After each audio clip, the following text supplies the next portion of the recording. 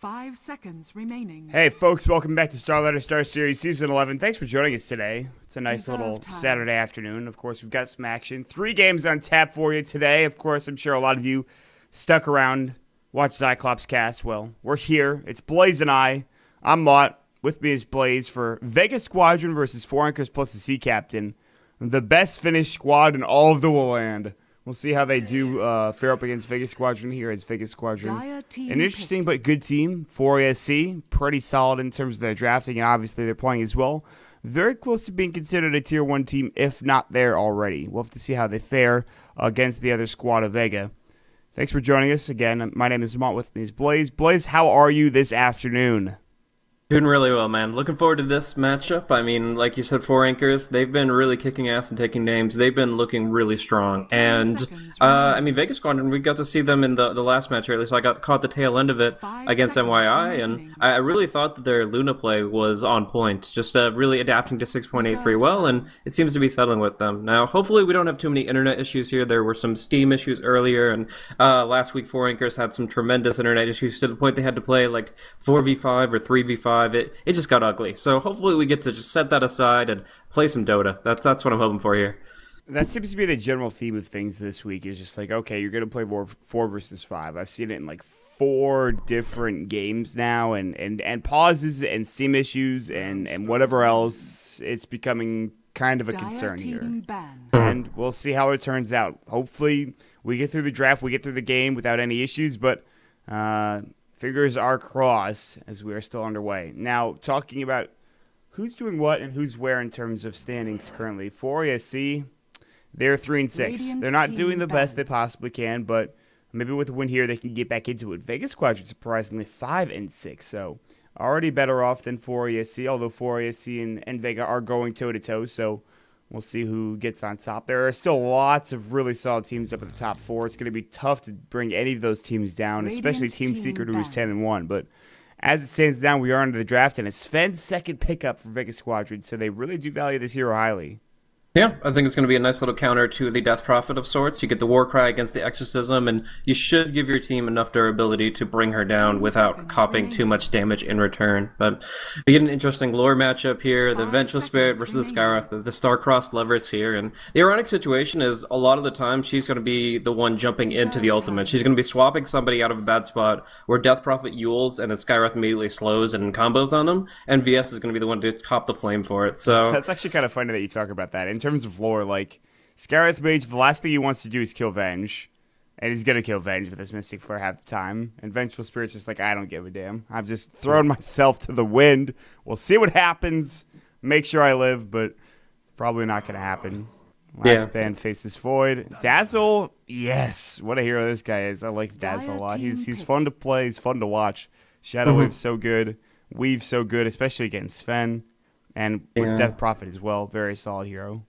He's a little awkward roaming with the Skywrath, though. That's one thing I'll note, is that he's really good on his own, just like zoning and holding the lane. So maybe he holds down the bottom while Skywrath messes around with the mid lane a little bit. But like, as far as them going together, I don't see that happening too much. Like, you get the big concussive slow, you get some good magic nuke damage from Skywrath. Death Prophet will be there to assist, but Dazzle, he just ends up doing a couple of right clicks and making sure that they don't turn around against you and start doing damage. He's much more defensive, where of course Skywrath is probably the most YOLO of supports. Like, I guess Spirit Breaker might be up there on the list too, but Skywrath is so damn squishy, and yeah, he just plays very offensively. He's a glass cannon for sure. But yeah, I think there's potential for Vega Squadron to punish this. We'll see exactly what they want to do with this Sven here. We've seen a lot of mid Sven recently, the bottle regen being really good for him, and getting him involved, getting him to just spam out his stuns, and they can chain those stuns up pretty well with the Venge already online. But, of course, we could see a carry Sven, and that would lend room for maybe like a Magnus to go for the mid or off lane or other clumping mechanisms. But here we are. It looks like it is going to be indeed a mid or off lane Sven, as we have seen EG run that as well. And that will leave room for Drow Ranger to take up a more core role. The offlane Sven is something that, like you talked about, has only been EG's picks, and pretty much it's very, very awkward a lot of the time. And EG pick it primarily because they want somebody that can clear ancients. If they don't have somebody that has that cleaving ability, then they'll have to find a way to clear ancients otherwise. And they just want to take advantage of the that advantage that they have going their way. And I think Sven is a good hero to do so. Plus, with God's strength, there's always a good chance that you could just cleave and right-click somebody down that is very squishy. But they do pick up the Drow Ranger. They have the Vengeful Spirit, so there's going to be a little bit of range damage going their way. And I think from here on out, if you're Vega Squadron, you're probably thinking about continuing to pick up ranged heroes. And obviously the Visage, you can't ignore it. Yep, this is a pretty good time to pick up the Visage alongside the Drow Ranger, but I will note that it comes with some risks here. The Exorcism is a bit of a whirling tornado of death for those birds, doing physical damage to them quite directly, and the Dazzle can also put out quite a bit of quick burst damage to them with the Shadow Wave. So the Micro really has to be on point for the Visage, and to the point that they have picked up this preemptive counterpick in the Bristleback, I would almost say just don't go the Visage. Like, I love Drow Visage, don't get me wrong. I think Drow, Venge, Visage, they should win most games, but this is not one of them. Death Prophet, Dazzle, and Bristleback all have their ways to counteract it, and it would just be feeding birds away most of the time. Don't pick Visage, Vega. You have an opportunity to break the mold. Listen. Okay, you picked it. You lost. They wanted it too bad. They wanted it too bad. I understand that, but come on, guys. Maybe the something else. Listen, maybe the war cry is enough. I don't know. Be original. That's all I'm asking for, is to be original. But that's okay. Visage is still a good hero in this scenario, even though the Bristleback is up and ready to go. But 10 seconds remaining. You know, we'll have to see how this does turn out. Visage, Ven, Drow, Vengeful Spirit. It's a very blue lineup. Very, very blue. Yeah, that's pretty nice. I would have to say the birds mostly have to be used for split pushing now. The familiars can destroy towers very nicely, just backing off into the tree line whenever there's real threatening presence from the Bristleback or perhaps the Dazzle. But at least they're not facing an axe, right? Like, at least you have the ability to move them in and out of the fight. You're not going to have them taunted and controlled to that extent. So, I mean, there's something to it. But the way I look at it, Bristleback is going to pick up a Vanguard, probably turn that into Crimson. It's going to nullify a lot of the damage that's being put out by those familiars. Because, for the most part, they attack fast. They don't hit hard except for their first few auto attacks. So, it's all about the pace of the attacks, and the block mechanics are really good against that. So, if Bristleback picks up a Crimson, all these birds are going to be doing is going to be split pushing towers, which obviously don't gain any positive effect from that I really love the Bristleback against the Drow Ranger as well, because he can just run at the Drow, and there's not really much you can do about it. She could try to silence him and hope for the best, but Bristleback will just run and use his Warpath to right-click the crap out of Drow Ranger. So, still, especially with the Dazzle at his back. Yeah, I mean, Dazzle's just gonna be like, listen, you go in, you go to work, and I'll be back here. I got your back. Don't worry. I got Shallow Grave if you need it, but probably not. So we'll see how it pans out in before the Axe last pick for 4AC. I doubt it, but it would be fun to see, because it doesn't really fit well with their lineup currently. 5 seconds what will they grab? 2 seconds left to reserve time. 4AC Venomancer. They go for the Venomancer. And I'm surprised this hero seemed like play every single day, it feels like. Almost every day, so. Yeah, they had a good core slot open for it, and they can kind of mix up their damage now. Most of it was physical. Only the Skywrath and Crystal were magical damage, but now they get to have a hybrid damage output, so you can't just stack armor against this team and survive. But also, Venomancer takes down Gravekeeper's Cloak quickly, makes Visage easy food for them. And in general, is good at controlling this Ven with his Venomous Scale, so a pretty solid pick here. And even more so, I like the ban coming from 4 Anchors here. Banning out the Puck is huge. The Puck would have allowed Vega Squadron to control 4 Anchors lineup a lot better, and the silence would have been devastating against Dazzle and Skywrath. So I definitely think the Puck was a very astute ban, and in this position, like, you want a ranged hero that can control, but if you go for something like a Phoenix, then you're just going to be devastated by the silences from the Skywrath and the Death Prophet. So I really don't see an easy last pick here that'll be the catch-all for them. Puck would have been amazing, and he would have been blue. They picked Wind Ranger. The Ginger is back. Good old Ginger gaming coming up for Vega Squadron, and there's no better real animation with decent right-click like Wind Ranger, I feel like. I mean, there are a couple of good heroes that have decent damage and good right-click, but she's up there in terms of what she can provide. Plus, new power shot distance is literally across the map. It's like a mile. So there is that as well, and we'll see how this pans out for Vega Squadron. What do you think about the Wind Ranger pickup here? Well, I think she is one of those heroes that is very underrated in the competitive scene as a whole. We've seen since TI1 what this hero can accomplish with really good shackle shot play, and the way that her ultimate works now, the way it's been buffed to such a degree, and people still underrate that extensively. I still think that it's a hero that should not be considered top tier unless it's in the right hands. I have not seen no one play Wind Ranger, so I'll give him the benefit of the doubt and say he's probably one of the top 10 in the world. Let's go with it. Let's see it. Let's see it happen. That's he's got some big shoes to fill now. You put it a lot on him here.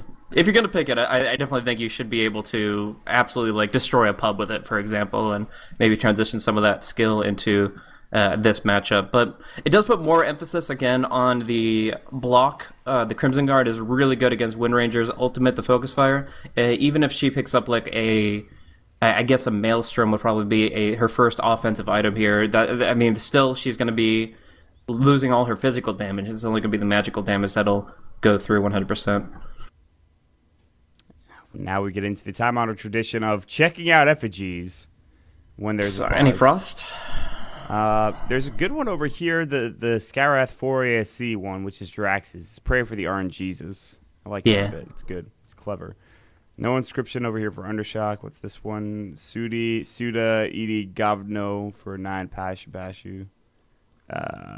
Guys, you got to put them in English, otherwise we can't understand them. I don't think that's their priority. But listen, I guess yeah, it's probably not. But I'm sure Vlad's getting a kick out of it. That's the important thing.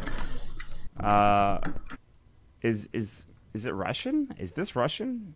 I don't know. I don't speak Russian. Presume. Well, any Russian experts in chat, feel free to help us out here. In before Ice level translations. Just that says Kappa. That says Kappa. Yeah. I'm surprised nobody's done that yet. Made a Kappa effigy. All right, I know what I'm doing next. Yeah.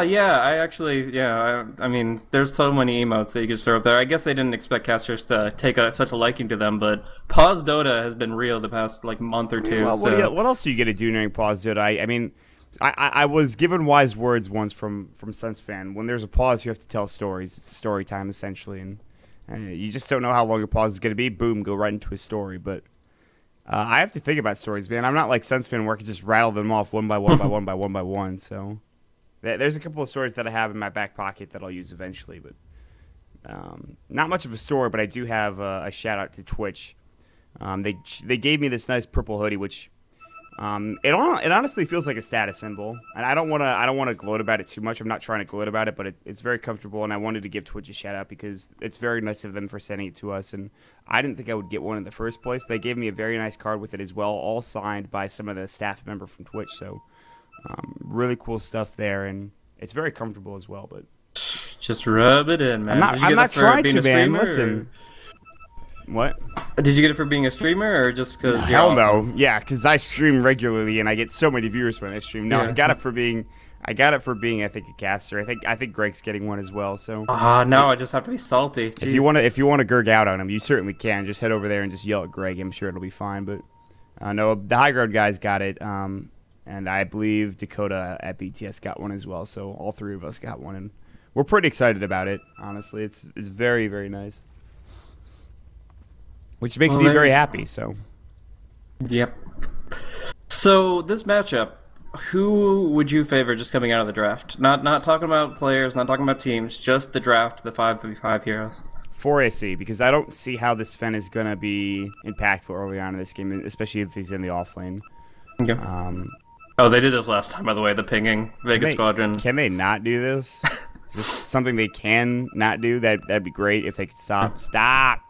We've got like Volix trying to be creative, drawing on the map, showing us some artistic talent, and then we've just got the incessant pings from the Russian Dota. So there you go. They're like Drax is like drawing like squares and triangles, and now they're just drawing lines. It's good job, guys. Oh my God, Vegas Squadron, please. They're absolutely just killing me. I'm gonna mute Dota here, actually, real quick. I'm not even kidding. I'm muting Dota. Go for it. Been muted. We've done it. Good stuff. And they literally just stopped pinging the second you muted your client. Good job. All right, I'm going to unpause and see what happens. Unpause? Oh, that's just BM. Nice admins, bro. This is not unpause. I mean, high-quality I professionalism. unmuted. Okay, I'm being flamed now. Listen, can we get into the game? Well, we'll have to wait and see. We've got Undershock, the stand-in, still picking his hero. Has to decide. It's very difficult for him, you know. The Vengeful Spirit, or maybe he wants to go with the Vengeful Spirit this time around. I'm not too sure. it's not the easiest call. He has to choose his cosmetic items, right? Like he's got the wings, you got the talon. That's what's taking so long, and that is what's taking the 5 minutes that we're waiting currently. Undershot playing dress up. Venge has to play dress up real quick just to make sure he has all of the cosmetics ready for him. He is going to jump into the game. Does he have any cosmetics on him? Absolutely not.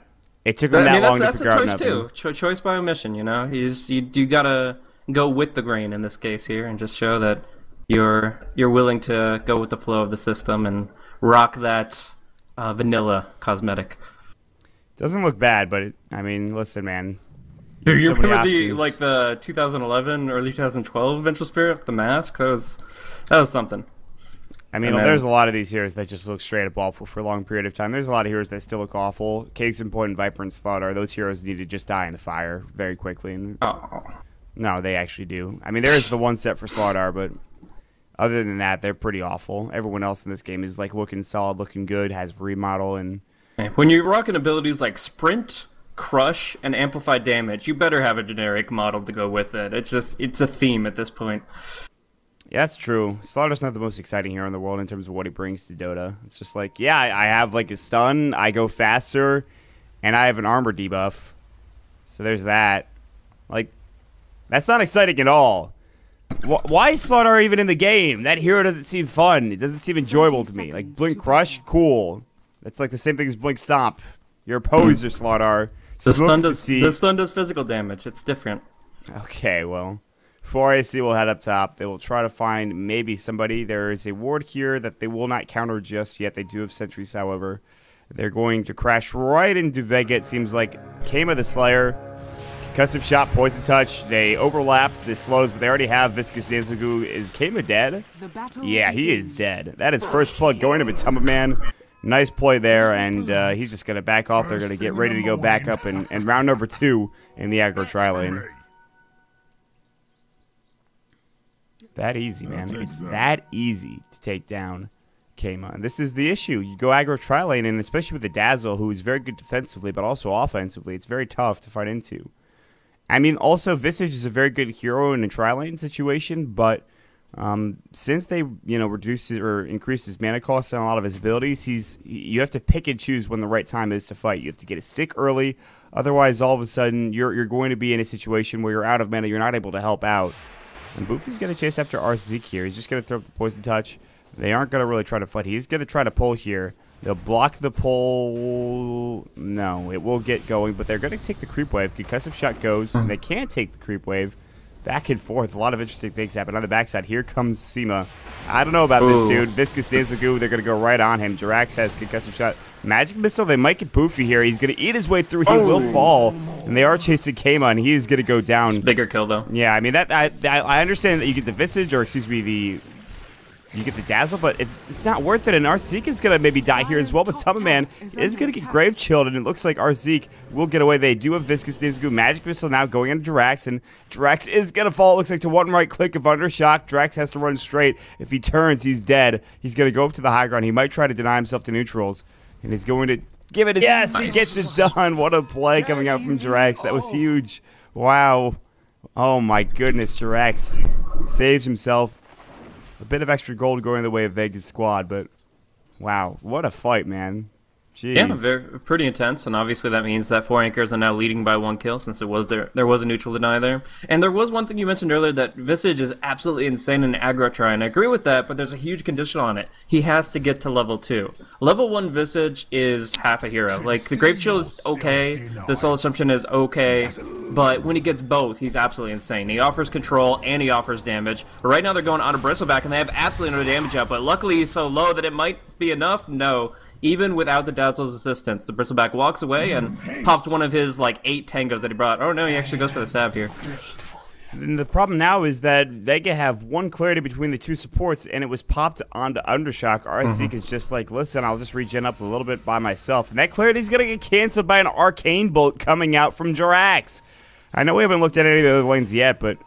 honestly, is it worth it? If I leave this lane, I'm going to miss a kill probably. Hold on, we're going to look real quick. No one's sitting in the mid lane he's currently going up against. Valix here on the Death Prophet down bottom. What do we have here? That's the off lane, Sven, from 9 Pash. And then, of course, Trixie playing the solo safe lane. Venomantry is doing well, so he's doing a pretty good job in this bottom lane. But other than that, all of the action is going to be top lane with Try versus Try, as it's a man fight. Exactly. Sven has been doing okay here because he got the level 1 rune, the bounty rune, so he got that effect, and he also was able to bottle up a haste, so he's doing okay, but you're still up against a Venomancer. I mean, this guy is going 0-2-2, and you just can't get into the lane. Like, he just roots himself in with these Plague Wards, and anytime you get near, you take a lot of unnecessary magic damage, so it's frustrating for him. If he gets a magic stick, maybe he can alleviate some of this, but overall, it's just going to be a lane where he can't do much of anything. 9 Pash is going to pop up the War Cry and just trying to make sure you can stave off a lot of this Plague Ward damage with Trixie is just going to work with 2 points of the Poison Sting, 3 into the Plague Ward. This is going to get frustrating very quickly. Stormhammer goes down onto the Creep Wave, does nothing really. Meanwhile, mid lane is going pretty well for no one, but it's also going somewhat well for Valix. Top rune spot's going to be contested. No one is going to have to back away. He does have Windrun. He's got to pop it off and get out of there. Bounty rune is going to be picking up by Boofy. And, well, top lane, but some man could just sit here. I mean, even with level 1 Bristleback, which isn't that great, he could just sit back and relax for the most part until they really try to go on him, which they're looking to make it go at some point in the near future, but this is very difficult, so. Yeah. In bottom lane, there's going to be a decent amount of pressure coming because like the Sven really can't hold the line here. Even with his cleave to clear out waves a little bit faster, he doesn't have any regen unless he's bottle crowing, so gradually this tower will take down the Plague Wards, just doing the piercing damage, bring down the creep wave quickly, and Trixie's going the perfect build for it. A little bit at risk because he doesn't have any great response tools, but as long as he stays near his Plague Ward army, he's just going to keep this wave constantly pushed out, and this tower will go about half HP with this next wave, since Bashy Bashy, he just can't do anything. He really cannot get up close to fight this. He's like, I need to go home, actually. This is the most frustrating thing I've ever had to deal with. So he'll head home, he'll pick up a stick and boots. So there's that. I want to remark that I was informed that Starladder is one of the oldest heroes in Dota, so my apologies to the great legend that is the Starladder himself. What a guy. But Summer Man is going to be taking Spore CS up here. 2 points to the Quill Spray. Will he go for a third? Probably. So, I mean, because he gets Viscous Stance, he does get that second point and Bristle back, and I mean, that's a lot of armor or damage reduction that you have going your way if you skill that second point, and he just kind of forgoes it, I believe. Yeah, Starladder has not changed hardly at all since his very first Dota 1 iteration. There have been, like, maybe a modification to one of his spells, but it's like, pretty much based off of Warcraft 3 spells entirely, so it makes it pretty easy there. And, yeah, I think what is it,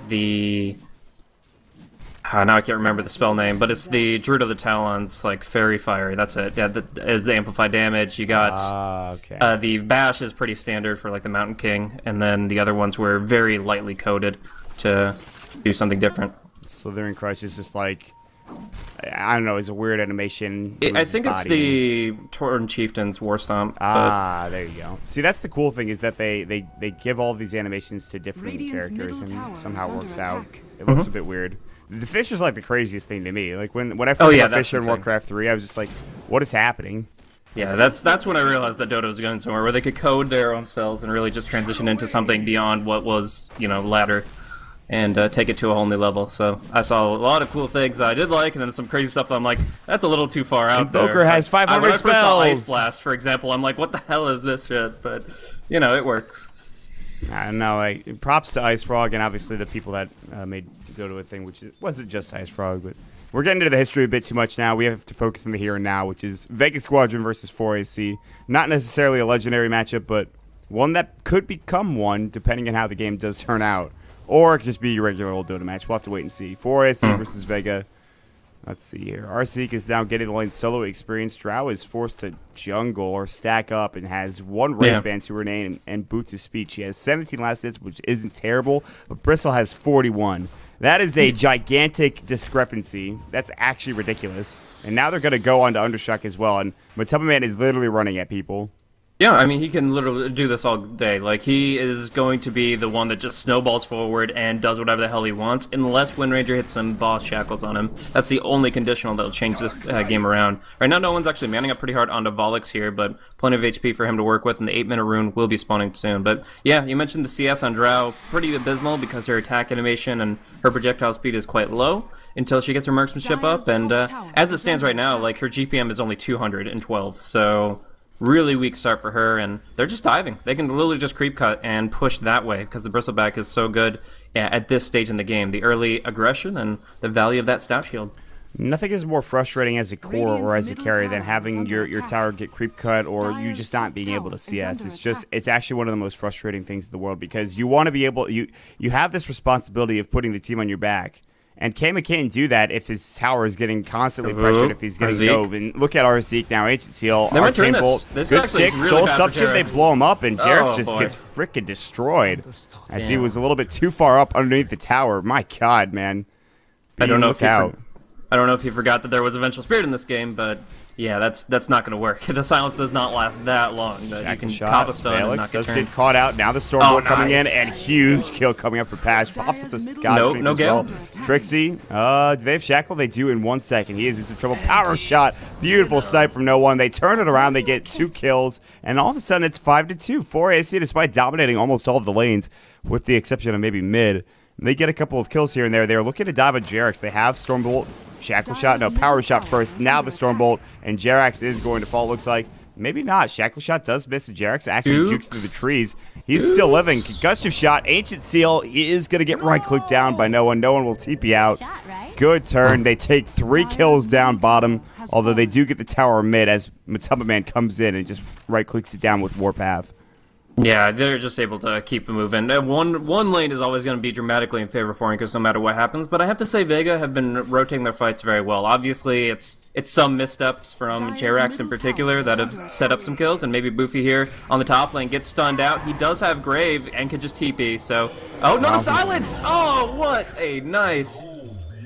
Wow, Gus coming out from the Drow Ranger. She's very far back there, so I didn't even think she got involved, but yeah, Sioma just... makes the minimal contribution and makes the difference. He honestly was so far away. That was max duration Gus distance, I think, in terms of radius. That was huge. You highlight that. That's about almost a screen in potential range. It's actually pretty insane. Yeah, I thought for sure he was going to be too far away. Valix did pop the Exorcism, which is about to go down. He wants this tower. The Glyph is going to go, so he won't be able to take it with the Exorcism. They get our Zeke this time, I think. Yeah, Concussive Shot's going to go. They won't chase too far. He's already too far back. That was probably max duration Concussive Shot, or max range, excuse me. TP coming in now. Vega, he's going to get silenced, but he will get the Shackle off here. Jarek's going to get Soul Assumption, and they're turning these fights around. That was not your best power shot, No One.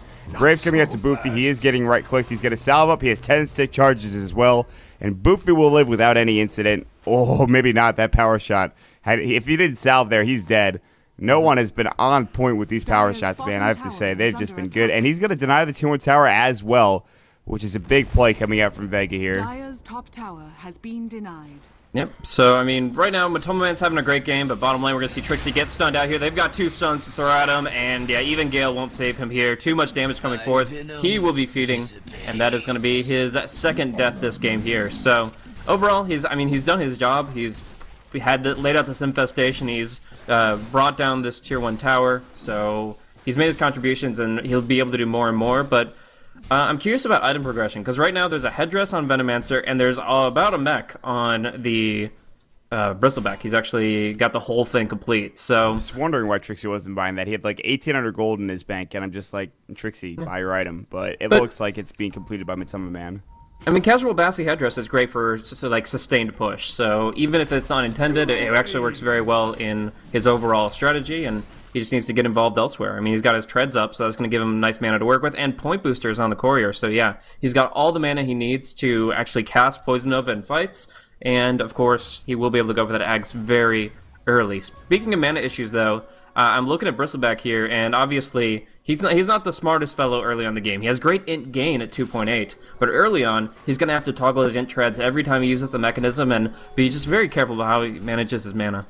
Yeah, that's the issue. Obviously, the mech change last patch became kind of significant in terms of who could carry the mech, who couldn't.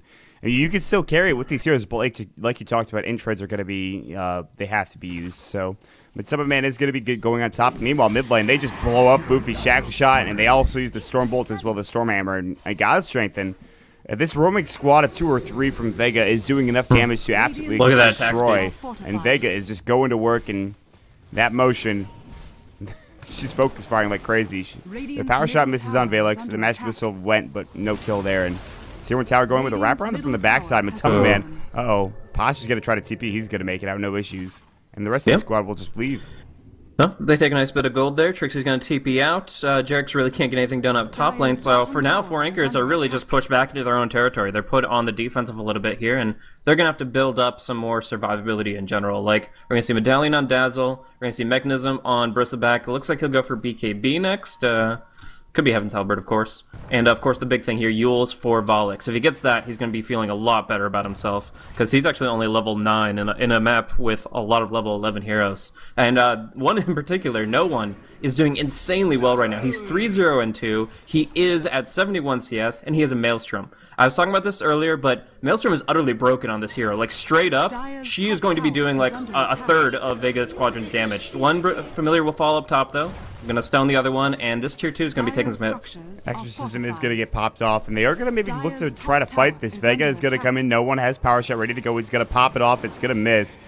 Soul Assumption onto Matuma Man. He takes not much damage. He has level 3 Bristleback, and I don't know how far you push it if you're 4 ASC. Maybe you wait until this Exorcism is about to expire, then back out. I don't think you should fight here. They do have the mech completed, but they don't actually have Jerax, and look at how low Valix is. The Spirits will heal him back up, and a Power Shot, if that connected, he would have died. So they've got to be careful, and they did exactly what I expected. They take some damage in the tier 2. They back away once Exorcism is done, and whatever lead that 4ASC had early on is now actually gone in terms of net worth. And they still might have a momentum advantage, but I don't even think that's the case. As Vega are just, and look at this, Shackle Shot. It's going to connect, but Matuma Man's going to get right-clicked down by No One. Matuma Man's not dead yet. A couple more Maelstrom procs.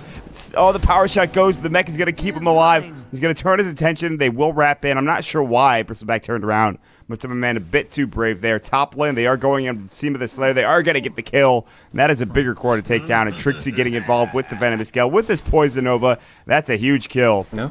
But look at that Roche fall, though. Wow. Jeez. They just popped a Precision Aura, so everybody gets the benefit of... Well, actually, she popped it before she died, but then she died, so I guess it goes away then. But even still, like, they're able to clean up that Roche so quickly with Medallion, with the God Strength, and with a little bit of Precision Aura. I think they got a few seconds out of it. TP rotations top. They're going to try to stop Trixie from getting out. Ancient Seal, beautifully done. Concussion shot it as well, and he realized he was in some trouble, and he backed away. He could have kept chasing, I think it might have been fine, but that was a really good silence coming up from Jerax. Actually saved Trixie's life there. Otherwise, he's just dead. So, well, for now, Dazzle, he's going to pick up the Medallion. Boofy, he realizes he needs that item. Extra armor on his team, extra armor reduction on the other team. Matuma Man is going to TP away. Power Shot is going to miss. Vega could have gotten that kill had he Power Shotted right in the right vicinity and then shackled afterwards, but no such luck, and he'll back away towards the mid lane. And 4-10, and I honestly think that with the farm that Wind Ranger has, no one can start taking over this game. So yeah, oh, definitely. I think that he is actually the person to watch this game. Like, the Drow needs to pick up her Yasha, maybe a Manta style this game to enhance her aura, so that no one can do work, but it's still on him to make the plays happen. He can do so much damage with his Focus Fire, with this Maelstrom, and his next options here, he can go for Blink Dagger, Force Staff for mobility, or go for the Ag Scepter for the cooldown reduction on Focus Fire, as well as a little bit of extra damage. Like, the cooldown is one of the biggest drawbacks of the ability still, 60 seconds, but you can drop it down to, I think, 10 seconds with the Aghanim's, so just spam that stuff out. Either way, he's going to go up top here and get a Shackle Shot onto Trixie. Look at the damage about to be put out. Oh my, No One. What a Shackle Shot. Trixie is not going to fall. However, No One has Aegis Power Shot. Oh, he gets the kill. The snipe comes out. That was incredible. The Shackle Shot followed by the snipe. He might die again, but it's probably worth it, man.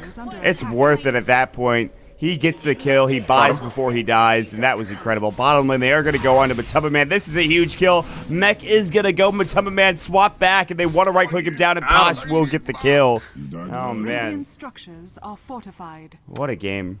Really, really strong. Taking down both Bristleback and Venomancer in the same fell swing. They did lose the Aegis, and that's quite unfortunate, and Wind Ranger, of course, died after the fact, but the Exorcism doesn't do all that much. So the 2-2 pressure, maybe they could hold it, maybe not. It comes down to positioning and timing. They move in mid, and they're going to bring down Boofy.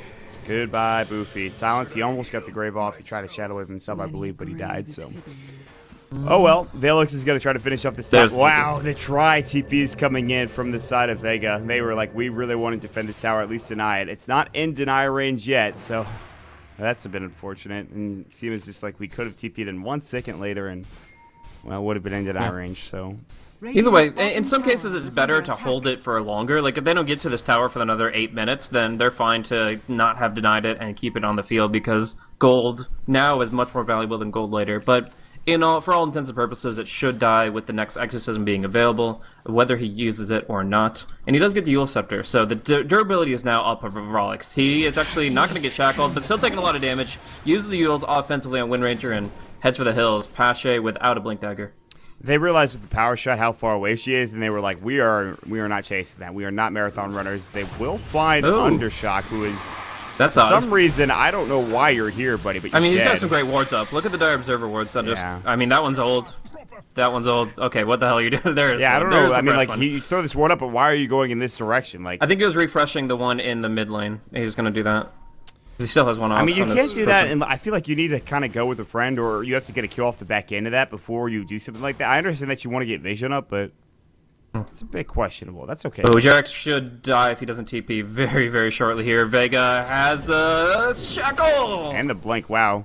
And just to make sure he gets this kill, no one does jump in and gets the kill easily. Man, he like took a power shot, shackle shot, and like one right click, and he died. Like, no one just blows him up with the Maelstrom. And with the precision aura damage, that's the thing about this lineup, is that Wind Ranger isn't this powerful alone. I don't want to give any illusions as to her powerfulness when it comes to playing in this part of the game. A lot of her damage is coming from precision aura, which you and I have talked about at great length. And with Maelstrom and with Phase Boots, it only gets even worse for the side of 4 ASC. So. Yeah, but I mean, the one thing that she's gonna have an issue with is closing out the game. Like, Vega have a lineup that can snowball pretty hard, but honestly, the hardest carry is actually Sven, and he's kind of building up towards this initiation, getting involved, but not really surviving through the fight build. He's got Mask of Mana's Blink. He'll get in there, but as far as like just getting stunned and like the Poison Nova, for example, is gonna tear through him. So he does have to play it safe. Maybe build up BKB next. For now, he's gonna be able to split push really nicely, but. TP's on cooldown and such. So, yeah, I actually think that, like, while the Wind Ranger and Drow are going to be insanely high value up until, like, the Suma hits level 16 and then it starts tapering, it still is going to be on the Sven to maybe close this one out, because they're nowhere near taking racks. Alex is going to get caught out. Grave Chill. That actually doesn't even slow him that much. Undershock's like, please, can I at least swap him? Magic Missile can't go. Yeah, like animation. Oh my gosh, he was in mid animation for the Magic Missile. Should have gone for the swap. Yeah, better range there, but... Yeah. I think Fog of War did a number on them as well, so unfortunate, but they really should have had that kill. Death Prophet, Phase Jules, good hero. That's all I could say about this. Look at how fast this hero is when she pops her Phase Boots. Like, I can barely keep up with it. My camera is literally right on top of Valix, and it's just like, Dota's like, can you not do that? Is there anything you could, like, can you slow it down just a bit? 503 movement speed. Double damage, jeez. Thanks for the Plague Ward's taking down the Blink Dagger, though. Otherwise, that would be a dead Trixie. Ooh, the Ags coming out for the Wind Ranger. My God. Yeah, it's insane. You lose damage reduction is 0% at its max level with Aghanim Scepter. That's actually incredible. The attack speed plus the damage reduction of 0% is absurd. Yeah, but even better is the 15-second cooldown, honestly. Because like, you want to be able to focus fire 2 targets in the fight. Yeah, you can switch targets more often. As it stands right now, the cooldown is a minute on this ability. For those of you that don't know, a minute cooldown, you can only use that on one target, and you lose, at this level, 40% of your damage because of the ability itself. With Aghanim Scepter, that's not the case. And it's pretty amazing, so. It also got changed recently where I think it didn't used to have unique attack modifiers on top of Focus Fire, but they added it so that it could have a unique attack modifiers. Maybe I'm incorrect about that. That's an old iteration of the Aghanim Scepter. Like, essentially, there was a point where 0 attack modifiers worked with it, and then you only could use the Aghanims to get those online. And then they had it where they said that the attack modifiers were reduced, but with Aghanim Scepter they weren't reduced. I did the math on it, I did a little bit of testing, and that turned out to be completely incorrect. They're just, UAMs are impossibly strong in Wind Ranger, with Ags or without. It's really just the damage and the cooldown that Ags really brings. This is what is going to make Wind Ranger viable, is this Aghanim Scepter and this Ultimates as well. I mean, the power shot change is nice. It's good vision. It's really good for sniping. Mautpax actually sent me a GIF of him where he was chasing someone down bottom. Hold that thought as Trixie's getting manned up on. In fact, he's dead. He does get the ultimate off, but that's a good kill. Posh is going to TP away. Will he make it out? Mystic Flare. Matsuba Man can't chase him down a bit just to have no stun to stop that TP. Anyways, so going back to what I was saying, Mautpax showed me a GIF of him playing a game where he was Wind Ranger and he was chasing down an Marana. And let's see if you can see my pings. She was about here, and he was about here, and he sniped him with power shot. So that's pretty insane. I mean, if you just zoom out where Wind Ranger is standing and highlight power shot, you see the radius, and it's actually like 150, 200 units past that circle as far as the potential target. So yeah, it's absolutely absurd. But that's literally the entire top lane when she was up there. They're going to TP down bottom. Jirax is going to get caught out. Blink a couple of hits and he's dead. So I mean, for AC, despite the good start they had with that aggro tri lane, Vega have not allowed a kill, I think, in some time. Yeah, Matoma Man really hasn't done enough with the farm that he got. Like, he had tons of momentum on top, but then he rotated mid to push, and it just doesn't have done that much for them. Shock! Ooh, almost got denied by Trixie. That was close. Yeah, so, yeah, I'm hoping the Bristleback can do a little bit more, because, I mean, I think Bristleback's insanely good as a hero, but with the farm and with the momentum that he had, he could have done a lot more in my mind. Yeah, no, you're right. Matoma Man certainly could have gotten more done. He stopped short. I mean, he had the mech and then he had the Saj, then his momentum stopped completely. He didn't get another item.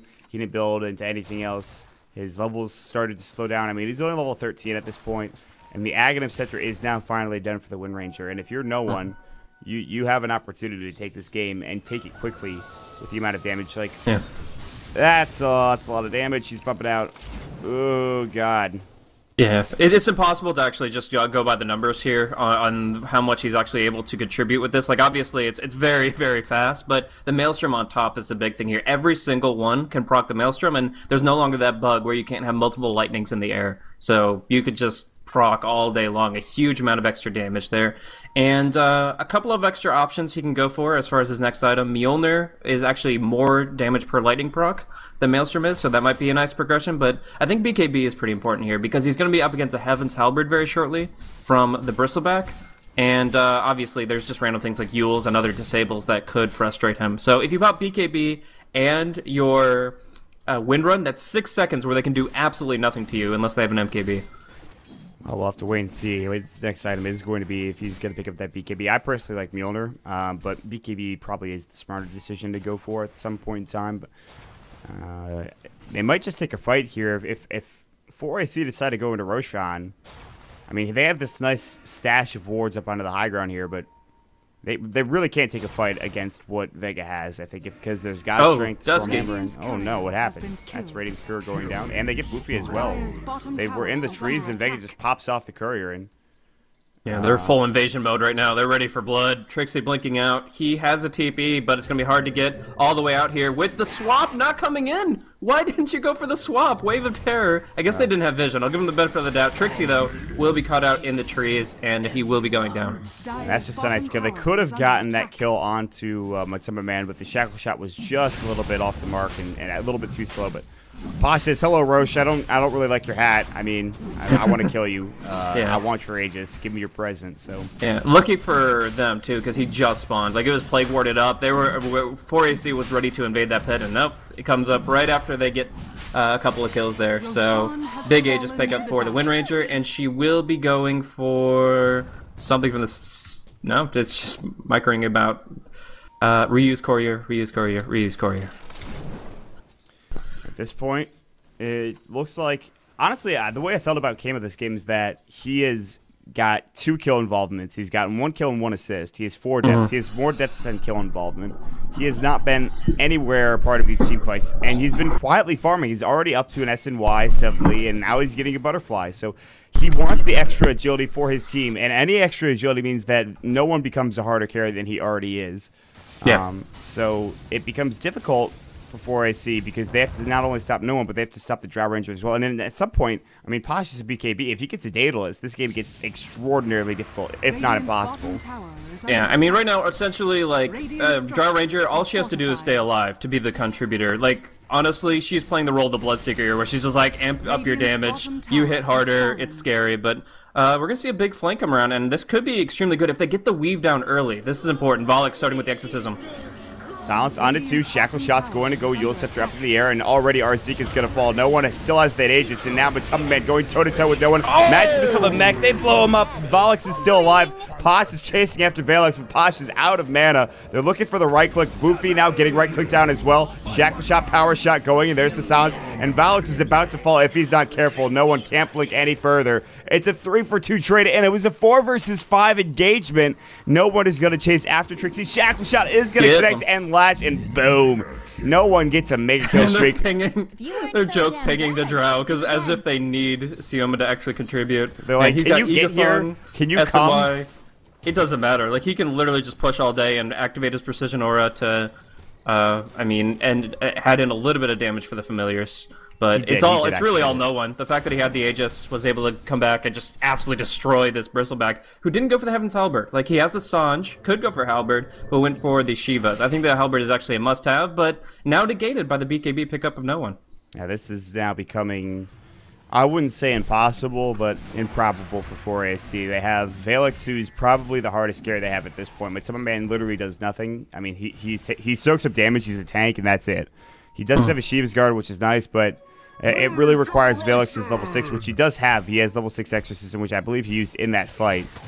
And you have to get a lucky engagement. You have to have a really good Poison Nova, which Ag Scepter isn't even done for Trixie yet. And Vega are outplaying 4AC, and they lose their Radiant Courier again. They just got respawned. This time it had almost a hard on it for Valix. And now they're going to just find Man. They are blowing him up. He is dead. Can't even get his mech off. Trixie's going to get right-clicked down. Posh is going to come in with his BKB. Boofy has to pop the grave 3 hits early. And he might even get power shotted if he's not careful. Oh, no one. Okay, he avoids it. All right.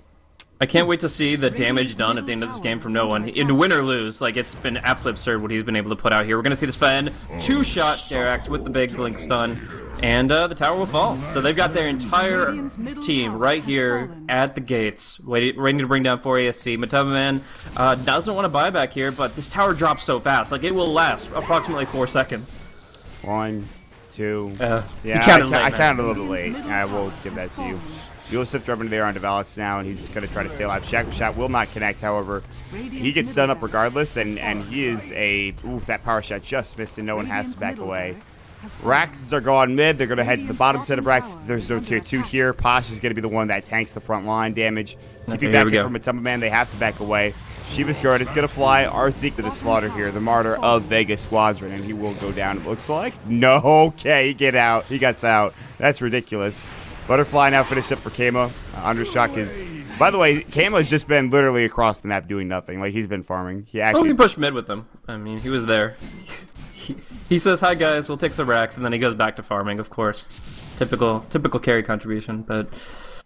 Alright, so you got... Let's see. What did you get out of that fight? You got Undershock. You lost a set of racks. You lost your entire team, probably more than once. GG? Question mark? Kind of, yeah. I mean, in this position, they have wards in your base, they have your mid lane down, your bottom lane exposed, and they're just getting stronger. Like, at this point, I actually think Pashe Bashi could consider maybe an Aghanim Scepter and just pump up this Wind Ranger further. Just make her damage so exorbitant, it's not even funny, with a 120 bonus per auto attack. Arseek now sitting on plenty of physical damage since his armor is quite high. No one is going to try to defend the bottom tier 2 tower. 4AC looking like they're going for a death push here, honestly. No one is going to try to deny. Shackle shot does connect and latch onto Valix. Power shot goes through. Doesn't really do much damage there. They had Grave anyways. On the other side of things, Posh, what are you doing, buddy? You might have to pop this BKB. He will. Trixie's going to get God Strength on, and now they're going to go to Man instead. Yeah, get him. Daedalus, yeah, they don't see Trixie. Now they do. Oh, what a grave from Boofy. Doesn't matter. No one gets to kill on the backside. Silence onto Man. The Frost Arrow is coming in. He's going to try to TP away. Looks like he will make it out, and he might be the only one. Boofy is going to get caught as well. He might try to TP. And there's going to be the Wind Ranger coming in, and just 3 right clicks get the kill for no one. And the only one to survive was Man, who did TP out in the end of the engagement. So it looks as if all you really need to do for Vega are just push down mid and just take the set of racks and finish this game off. Yeah. It really was a difficult game for 4ASC. A lot of the early skirmishes didn't pan out the way they intended them to. The feed on Jerick's in top lane, and then immediately bottom, he goes down and gets killed off again to a really well-timed roam from the mid lane. I just think that in general things started going downhill from there. The item progression wasn't ideal in my opinion. Like Man, if he had gone for Crimson Guard plus the Halberd, I think they'd be better set to deal with this Wind Ranger. But honestly, like, who looks at this like a Wind Ranger pick and says this person's going to be dealing thousands of damage per second against us?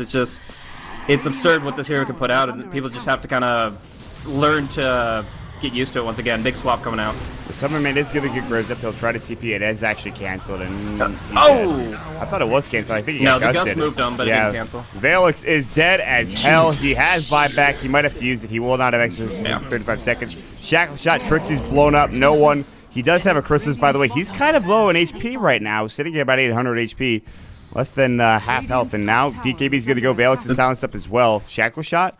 They needed a frost arrow. They got one. Shackle shot's going to connect. Close. What a usage of the Eul Scepter. That would have connected onto him and Boofy. But instead, they take down the bottom racks. Stormhammer is going to go. They do grave him up. The silence, the slow going through. And Valix is going to take a fall here. The Soul Scepter goes, but Kama does get the kill as he is finally involved in a couple more kills. 3 and 4 and 2. And the GG finally thrown out from Jirax's 4AC get trounced by the Wind Ranger Drow combo. So 13, 1, and 10. Wind Ranger haters, eat your heart out. She goes and is able to deal a total of 27,000 damage this game. 27,000 in a 33-minute game. Like, that is absolutely absurd. Like, you look at Zeus to put out those kinds of numbers, maybe, if he's having a good time. But, like, when you're... I don't know. Like, the Death Prophet did 11,000, for example, on the other side. Like, just... The Wind Ranger completely outclassed him. Some really good skillful usage, but I don't know, just a damn good strategy. I think the draft was really strong because they weren't so reliant on the familiars. Like, we saw the draft and you were like, oh crap. Dazzle, Death Prophet, Bristleback, they're going to be able to deal with those familiars. And it's true, the familiars did almost nothing this game. But it doesn't matter because the heroes were the ones to go on the front lines there. The Sven, the Wind Ranger, really stepped it up. And by kind of surviving through the laning phase and then turning it on its head around the 10-minute mark, Wind Ranger was able to snowball this game to a very solid Vega Squadron victory. Yeah, that was actually just a huge game coming up from Vega. That means they stay in the running, obviously, in the playoffs, and 4AC go down yet again in another critical loss here in Starladder Season 11. And no one's certainly the MVP, although lots of good play coming out from the rest of the Vega Squadron. We'll take a quick break. We'll jump into 4 Anchors plus MYI, their last game of the day for 4 Anchors, I believe. We'll see how they play up after that loss. Of course, this is Starladder. I'm Maut with Biz Blaze. You can check us out at Maut on Twitter and at BlazeCasting for Blaze as well. We will take a break. We'll jump back into the game in just a minute, guys. Stick around.